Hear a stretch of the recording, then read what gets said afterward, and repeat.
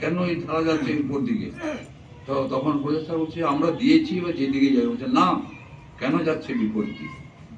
ওই যাচ্ছে তুলসী দল, আর উনিও ঘাটে ঘাটে দৌড়ছেন পাশে, অদ্বৈতাচার্য দৌড়ছে, হরিদাস ঠাকুর দৌড়ছে।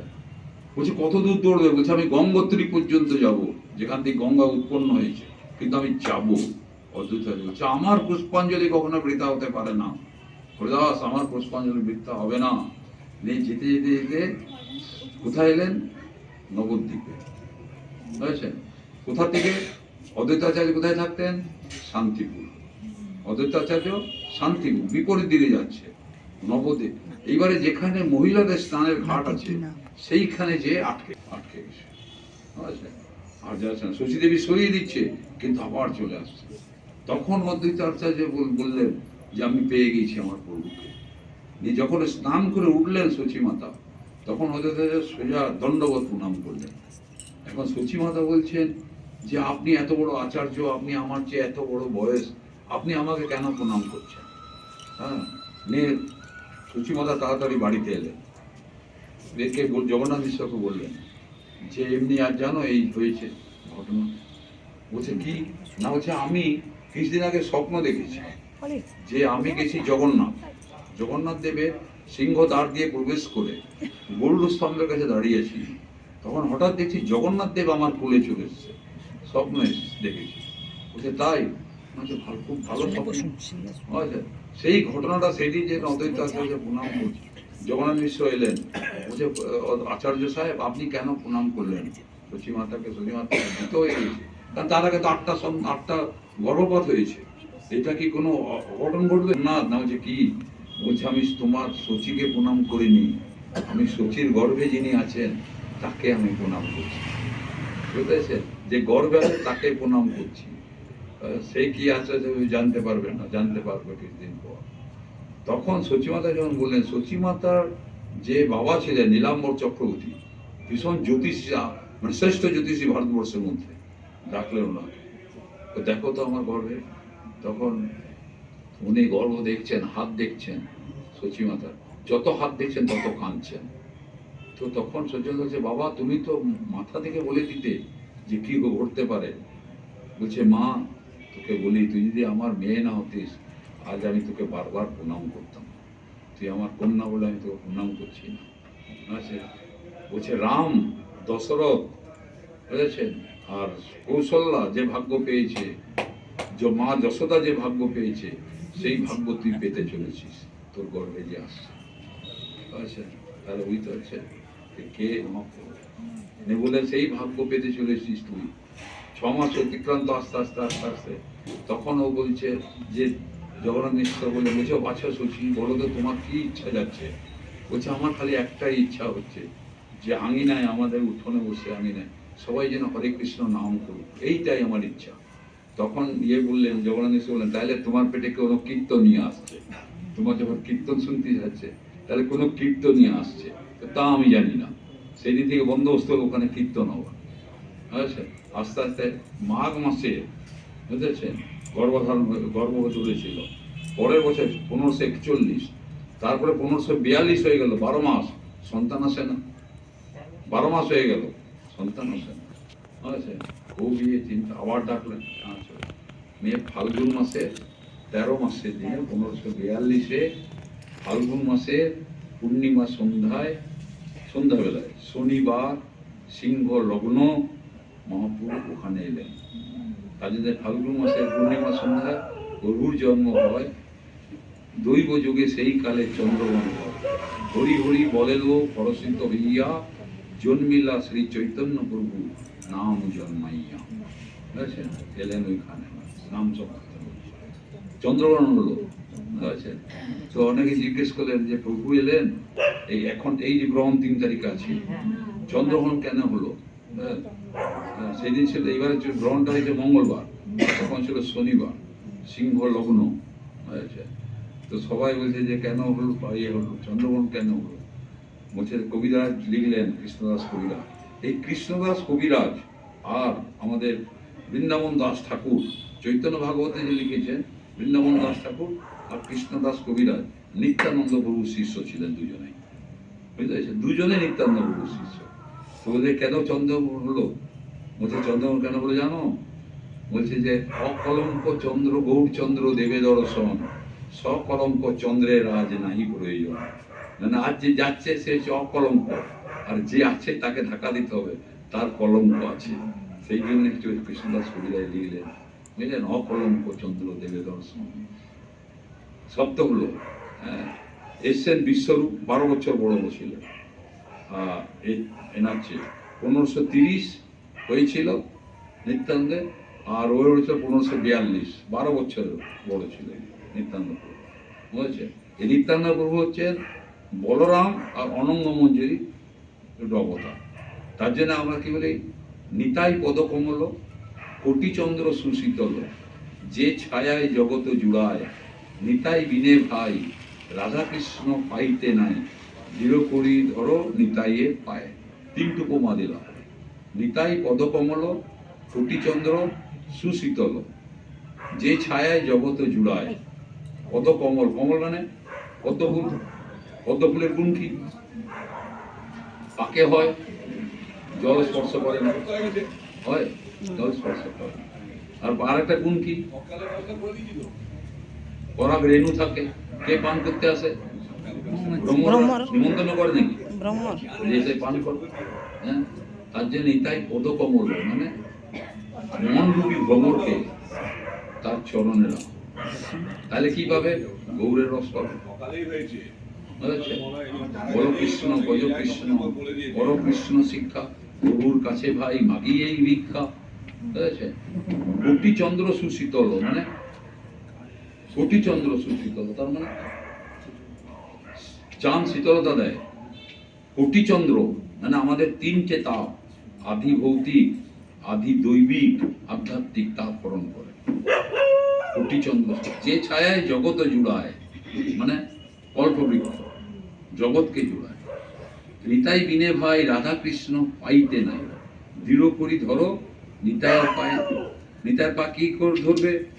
ধরবে না, বলছে মন রূপী যে ভ্রমর, তাকে তার চরণ রাখো, তাহলে নিতায়ের রস পান করতে পারবে।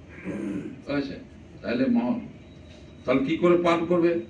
সে সম্বন্ধ নাই যার, সে পশু অতি বড় দুরাচার, বৃথা জন্ম হইল তার। সম্বন্ধ পাতাও, বুঝেছে? সম্বন্ধ পাতাবার রাস্তা কি? সম্বন্ধ রাস্তা কি? হরিনাম সংকীর্তন। বুঝেছে? মহাপ্রভু এসছেন, ঈশানী নাগরে লেখা আছে, এই মহাপ্রভুকে, এই সচী মাতাকে মন্ত্র দিয়েছিলেন। গোপাল মন্ত্রকে ঈশান নাগর, ঈশান নাগর গ্রন্থে লেখা আছে। অদ্বৈত ঈশান গ্রন্থে লিখলেন যে সচী মাতাকে মন্ত্র দিলেন অদ্বৈত আচার্য গোপাল মন্ত্র। মহাপ্রভু এসছেন, শশী মায়ের দুগ্ধপান করছেন না, শশী মায়ের দুগ্ধপান করছেন না কিছুতেই। অদ্বৈত আচার্য বললেন সুতিকা গৃহ থেকে, সুতিকা গৃহ থেকে, যে যেখানে আপনারা গেছেন, মহাপ্রভু যেখানে জন্ম হয়েছে, সুতিকা গৃহ থেকে পেছনে নিয়ে এলেন বাচ্চা কোলে। বুঝেছেন? সেইখানে বাচ্চা কথা বলছে অদ্বৈত আচার্য প্রভুর সঙ্গে। অদ্বৈত আচার্য প্রভু বলছে তুমি পান করছো না কেন মায়ের দুগ্ধ? বলছে দোষ তোমার। বলছে আমার কিসের দোষ? বলছে তুমি মন্ত্র দিয়েছো, হ্যাঁ তুমি নাম দিয়েছো না? বলছে নাম না। বলছে না। বলছে যাও আগে নাম দাও, আরে হরে কৃষ্ণ নামটা দাও, তারপরে মন্ত্র। কৃষ্ণ মন্ত্র হইতে হইবে সংসার কি সংসার মোচন, আর কৃষ্ণ নাম হইতে পায় রাধা কৃষ্ণের চরণ। মন্ত্র নামে তফাৎ। বুঝলেন?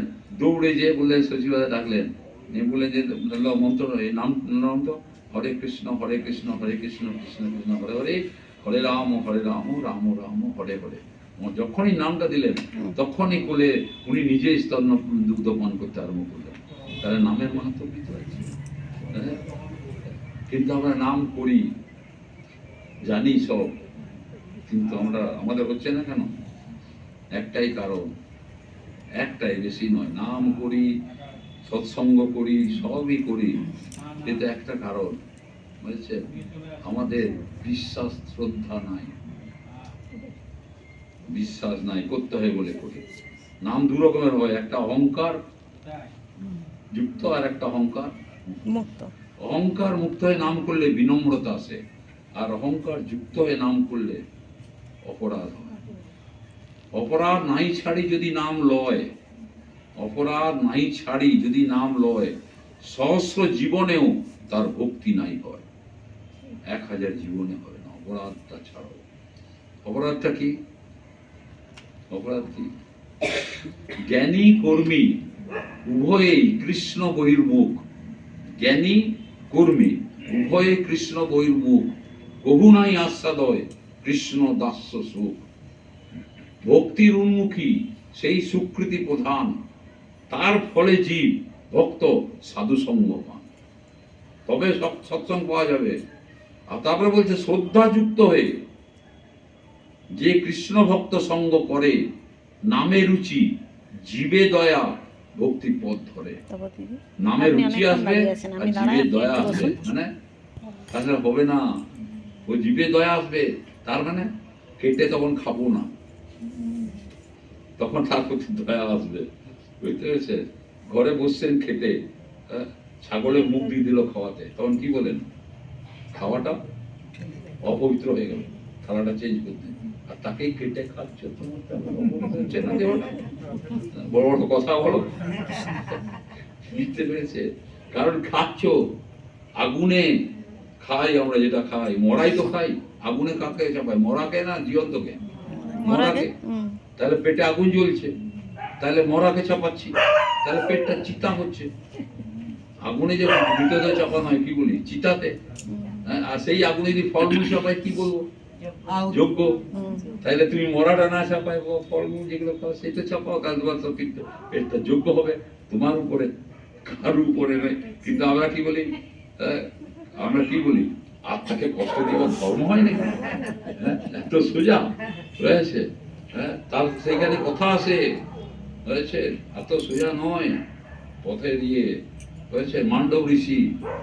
মান্ডবকে, মান্ডব ঋষি সবরী যার কৃপায় পেয়েছিল, মাতঙ্গ ঋষি সবরী যার কৃপায় রামকে পেল, বুঝেছেন? সে দেখছে রাম এসছেন তার কাছে, বুঝতেছে? সব রাম দিলেন।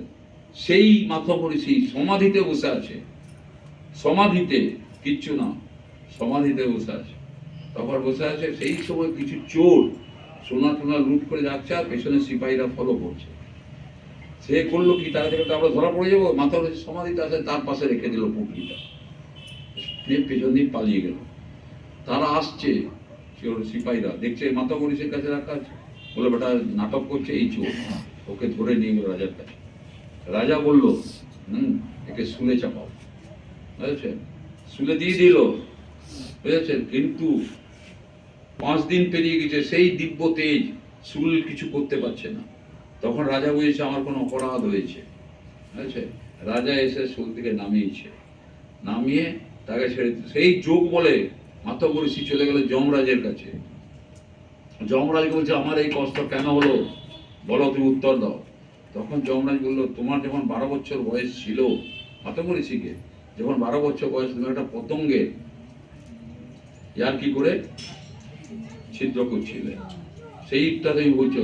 তখন মাতঙ্গ ঋষি যমরাজকে বললো তুমি জানো না? তুমি কি বেদ পড়োনি, শাস্ত্র পড়োনি? 12 বছর বয়স পর্যন্ত কোনো অপরাধ অজ্ঞান যদি করা হয় তার ফল পায় না। বেদের একটা মন্ত্র বললেন, 12 বছর বয়স পর্যন্ত যদি কোনো অজ্ঞানতে কোনো পাপ করা হয় তার ফল কিন্তু হবে না, আছে? তখন যমরাজ বলছে না, তোমার ক্ষমা টমা নয়, তোমাকে অভিশাপ দিচ্ছি, তুমি যাও, জন্মগ্রহণ করবে মৃত্যু লোকে, দাসীর পুত্র হয়ে তুমি জন্ম নেবে। সেই দাসীর পুত্র হয়ে জন্মগ্রহণ করলো কে? বিদুর। তার জন্য বিদুরকে আমরা ধর্মরাজ বলি, বুঝলেন? ক্ষমা নাই, কর্ম করো ভেবে, আগে ভেবে করো কাজ, করে ভেবো না, কাঁটার গাছ লাগিয়ে তুমি ফল তো পাবে না। কর্মটা ঠিক করো। আর কি? সবাই দেখতে পায় কিন্তু আমরা নিজে দেখতে পাই না। কি? সবাই দেখতে পায় কিন্তু আমরা নিজেই দেখতে পাই না। নিজের দোষ না, না নিজের দোষ, নিজের দোষ, নিজের দোষ, নিজের দোষ তো আমরা তো দেখতে পাই, সবাই দেখতে পায় কিন্তু আমরা দেখতে পাই না, কিন্তু সবাই দেখতে পায়।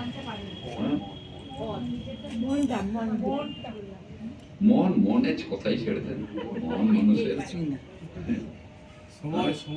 সময় বলছে, হ্যাঁ হেডমাস্টার মশাই সময় বলছে। সময় আমাদেরকে চিনিয়ে দেয়, কোনটা সত্য কোনটা মিথ্যা সময় চিনিয়ে দেয়। সময় বড় বলবান, এটা বলে। সবাই দেখে কিন্তু আমরা নিজেই দেখতে পাই না। বুঝলো? পিঠটা নিজের দোষটা তো দেখি। পিঠটা সবাই দেখতে দেখে, পাওয়া আমি যায় না। জানি আমি কি পিঠ, দোষ করছি। হ্যাঁ পিঠ পিঠ পিঠ পিঠ নিজের পিঠ দেখতে পাই কিন্তু সবাই দেখে, পিঠটা দেখতে পাই নিজের পিঠ। মানে সমীক্ষা আমরা অন্যের করি, না আমি বললাম নিজের সমীক্ষা কখনো করি? কি করতে হবে? সমীক্ষা করো নিজের, প্রতীক্ষা করো ভগবানের, আর পরীক্ষা করো সংসারের। তাইলে হবে। পরীক্ষা সংসারের করো, আর প্রতীক্ষা করো তার জন্যে। বুঝছেন? একজন লোক, একমাত্র মেয়ে, কাজ করে মেয়ে, সে বেড পড়ে থাকে, ও বিছানায় উঠতে পারে না। বুঝতে পারছেন? সত্যি ঘটনা আমি বলছি আপনাদেরকে, পড়ে আছে বিছানায়, কেউ দেখতে আসে না। বুঝছেন? তো মেয়েটা কালকে সেবা করে, আর ও পড়ে আছে, ওর পাশে একটা চেয়ার রেখেছে। বুঝেছে? দেখুন ভাব, দেখুন চেয়ার রেখেছে, চেয়ারটা খালি। আচ্ছা, নিয়ে ওই মেয়েটার সাধু বাবার কাছে গেছে যে আমার বাবা খুব কষ্ট পাচ্ছে, হ্যাঁ কিছু একটা আপনি করুন, আমার বাবার ওখানে আসুন। না বলছে ঠিক আছে যাব। সাধু বাবা এসছে। এখন সাধু বাবা ভেবেছে চেয়ারটা আমার জন্য রেখেছে, পাশে রাখা আছে। তো চেয়ারে বসে বলছে যে না আপনি ওটাতে বসবেন না। না বলছে কেন?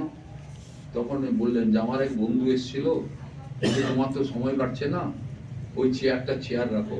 তুমি ভাববে যে প্রভু এসে এখানে বসছেন, প্রভুর সঙ্গে ডেলি 2 ঘন্টা করে কথা বলবে। তোমার মনের যা কথা তুমি ভাববে যেখানে প্রভু বসছেন, 2 ঘন্টা করে কথা বলবে। তো আমি সেই প্রভুকে বলবে ভেবে ভেবে কথা বলি। বুঝেছেন? সাধু বললে বাহ। সাধু তখন মাথায় হাত টাত বুলিয়ে চলে গেলেন। বুঝেছেন? মেয়ে এসে দেখছে সেদিন থেকে যে বাবার একটা দীপ্ত, মানে তেজ ভাব এসছে, হাসি খুশি ভাব, তেজ ভাব সবসময়। বুঝেছেন?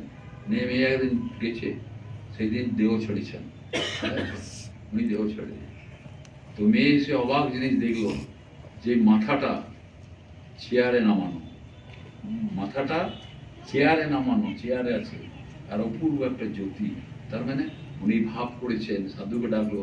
সাধু বলছেন তোর বাবা প্রভুর কোলে মাথা দিয়ে মরেছে, সেই জন্য মনে মনে ভেবেছে খালি। বুঝতে পেরেছে? তো আমরা মনে ভাবতে হয় যে প্রভু আমাদের সঙ্গে আছে, হরে কৃষ্ণ হরে কৃষ্ণ ভিতরেই আছে। হরে হরে কৃষ্ণ, হরে সেই কৃষ্ণ ভেবে হরে কৃষ্ণ। নামটাকে আশ্রয় করি। হরে কৃষ্ণ।